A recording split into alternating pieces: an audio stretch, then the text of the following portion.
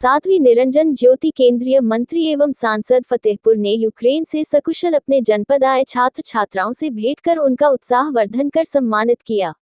UP के फतेहपुर जिले के 6 छात्र थे जो कि यूक्रेन में फंसे हुए थे, लेकिन केंद्र सरकार की मदद से लगभग सब छात्र अपने वतन से कुशल वापस आ चुके हैं। वहीं आज जिले की सांसद व केंद्रीय मंत्री साध्वी निरंजन ज्योति ने यूक्रेन से छात्रों के घर पहुंचकर उनसे मुलाकात की और उनका हालचाल जाना। वहीं उन्होंने अखिलेश द्वारा पीएम मोदी द्वारा टोपी पहनने पर दिए गए बयान पर पलटवार करते हुए कहा कि मुझे लग रहा है कि अखिलेश हताश निराश व्यक्ति का जो बयान होता है उसी के तर्ज पर उनके बयान आ रहे हैं। उनकी रैली कहीं भी सहकुशल संपन्न नहीं हुई है, कहीं न कहीं दंगे हुए, हुड़दंग हुआ, कहीं मंच टूट गया, कहीं कुर्सी तोड़ी गई। यह स्वयं बताता है कि उनकी दल में कितनी अनुशासनहीनता है। वहीं उन्होंने प्रियंका द्वारा पीएम पर दिए गए बयान पर पलटवार करते हुए कहा कि प्रियंका गांधी एन टाइम पर प्रयागराज बनारस पहुंची हैं। बनारस में बाबा विश्वनाथ के दर्शन भी किए होंगे। मुझे यह लग रहा है कि उन्होंने सच्चाई से देखा होगा कि यह वही जगह है।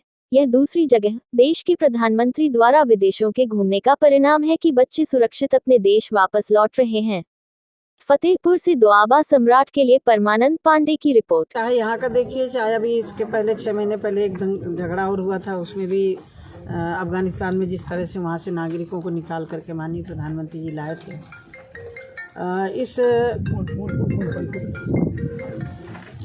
समय माननीय प्रधानमंत्री जी के सामने 2 प्रकार की चुनौतियाँ थी। देश के सामने भी चुनौतियाँ थी कि अपने बच्चों को सकुशल निकालना।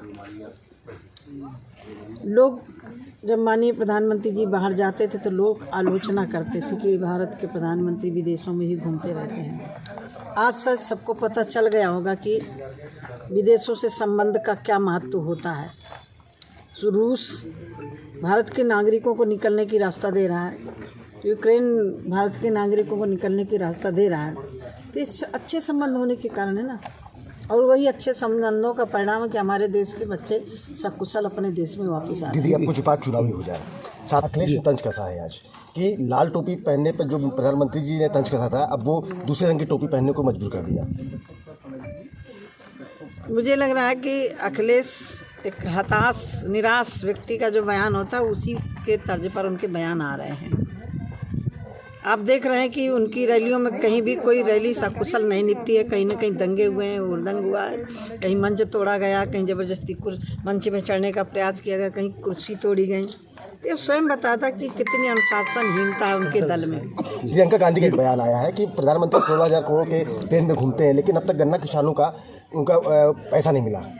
प्रियंका गांधी का क्योंकि अब ऑन टाइम पर प्रयागराज बनारस पहुँची हैं, तो बनारस में बाबा विश्वनाथ जी के दर्शन भी किए होंगे, तो मुझे लग रहा है कि सच्चाई से उन्होंने देखा होगा कि ये वही जगह कि दूसरी जगह जब कभी गई होंगी पहले। तो एक प्रधानमंत्री देश के प्रधानमंत्री हैं और ये विदेशों में घूमने का परिणाम है जो है भारत के बच्चे सुरक्षित अपने देश में स्वदेश लौटे हैं। दीदी, स्वामी प्रसाद मौर्य की बेटी सांसद है और कहीं ना कहीं पे सरकार पर ही एक बार फिर से उसने हमला बोला है कि उनके पिता सुरक्षित नहीं रहे, जहां एक रैली पे उनके ऊपर ही हमला कर दिया गया, जबकि योगी सरकार यही कह रही कि पूरी तरीके से दंगा मुक्त प्रदेश रहा। ये जांच का विषय है कि दंगा किसने करवाए। कई बार हताशा में आदमी देखता है कि हम कहीं हार रहे हैं, तो कहीं ऐसा तो नहीं है कि जब जाँच का विषय आएगा तो समझ में आ जाएगा।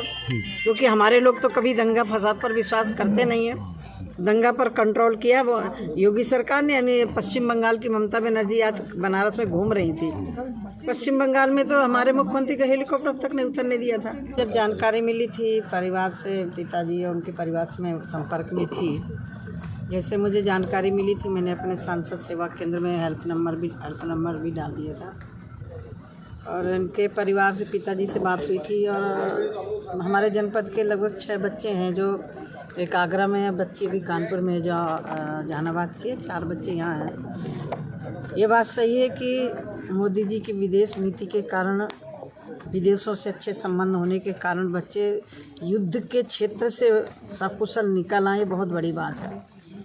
और यही इससे पता चलता है कि भारत के प्रति अन्य देशों में क्या सम्मान है कि तिरंगा झंडा देख करके भी, चाहे वो रूस के हों चाहे यूक्रेन के हों, सारे लोग वहाँ के सेना के लोग बच्चों को रास्ता दे करके सकुशल निकालने का काम किया। तो मैं इतने कह सकती हूँ कि माननीय प्रधानमंत्री जी ने जिस सूझबूझ के साथ जब से 2014 से कहीं भी कोई इस तरह की घटनाएं आई हैं तो वहाँ के बच्चों में, वहाँ के नागरिकों, अपने भारत के नागरिकों को निकालने के लिए माननीय प्रधानमंत्री जी ने पूरा प्रयास किया। और आप देख रहे हैं कि हमारे देश के ही नहीं अन्य देशों के बच्चे भी भारत के नाम से निकल के आ रहे हैं। ये बहुत बड़ा गौरव का विषय